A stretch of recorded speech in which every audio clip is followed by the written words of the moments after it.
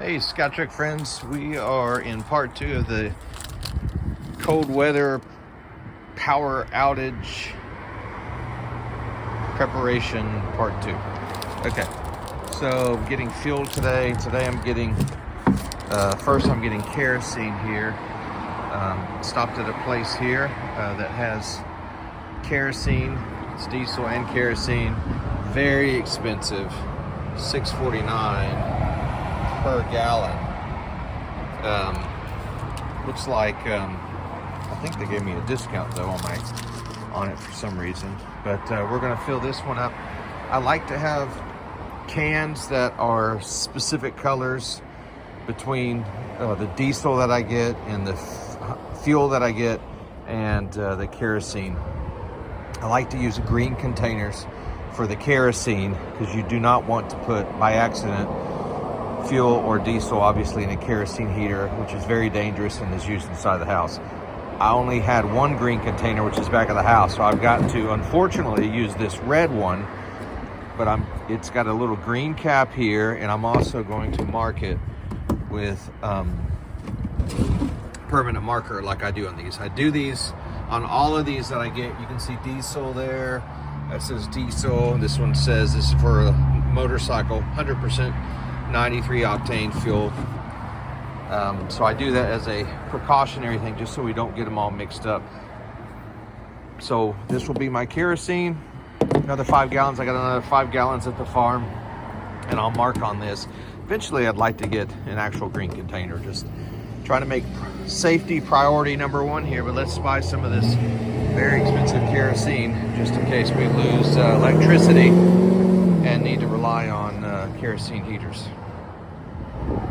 All right, so I've got my kerosene fuel here, got my green marker here, and I'm gonna write on there as well just for the double protection. And so I told the guy this is not a prepay, so I had to go in and basically try to figure out how much I was gonna buy 5-gallon tank. So I paid for $30. Got just right above 4.6 gallons at $6.49 per gallon. So kerosene is very expensive. So, but we'll be prepared. Okay, so we are here. I'm gonna get, this is the only one that I get this 93 no ethanol premium 93 octane. I get that. That's like the really top of the line good stuff. It's very expensive. It is $4.29 per gallon. Not as expensive as the kerosene, but I use this in the my son's Honda motorcycle. So take care of it. Okay, now we're gonna go ahead and get our diesel. We've got the 2 jugs here marked diesel. I've got the yellow, which is what I like to use for diesel. It's also marked diesel here.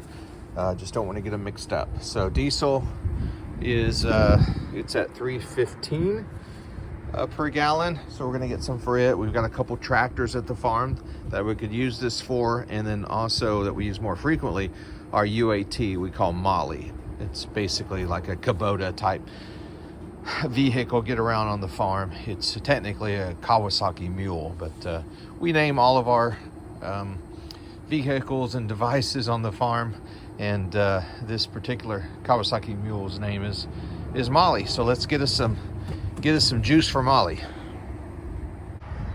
Okay, we're here. We've got our diesel, we've got our kerosene, and we're here to get some 100% fuel. The 100% was 93 octane, was $4.29.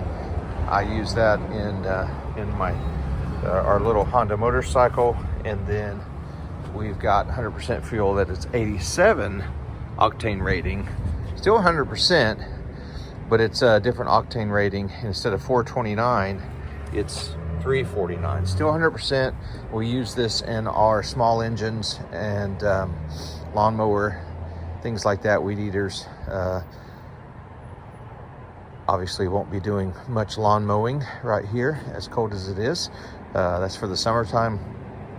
But we will be using the 100% fuel primarily provisioning for if we have to use the generator if the power goes out. Okay, we are back. We have our kerosene, we have our 100% fuel, and we have our diesel. So we're prepared with all the tanks that we have here. So 100% fuel basically means there's no ethanol in it. It's completely free of ethanol. So ethanol is a cheaper additive. It can cost, when you get 100% fuel, it costs a bit more than standard gasoline. And I talked to a couple of people who are very knowledgeable about engines, and they definitely recommend using 100% fuel in the smaller engines like weed eaters and trimmers, lawnmowers, generators, because the ethanol can cause issues with the fuel system buildup as well as performance in those smaller engines. So that's why we use it to. It's more expensive, but it's we're investing in the life of the small engines for the performance, and hopefully so they'll last longer. So this was part 2 of getting ready for a potential power outage due to this extreme, what we call extreme in this area, cold weather. And it's not just that it's going to be cold, it's going to be sustained cold for several days into the teens at night.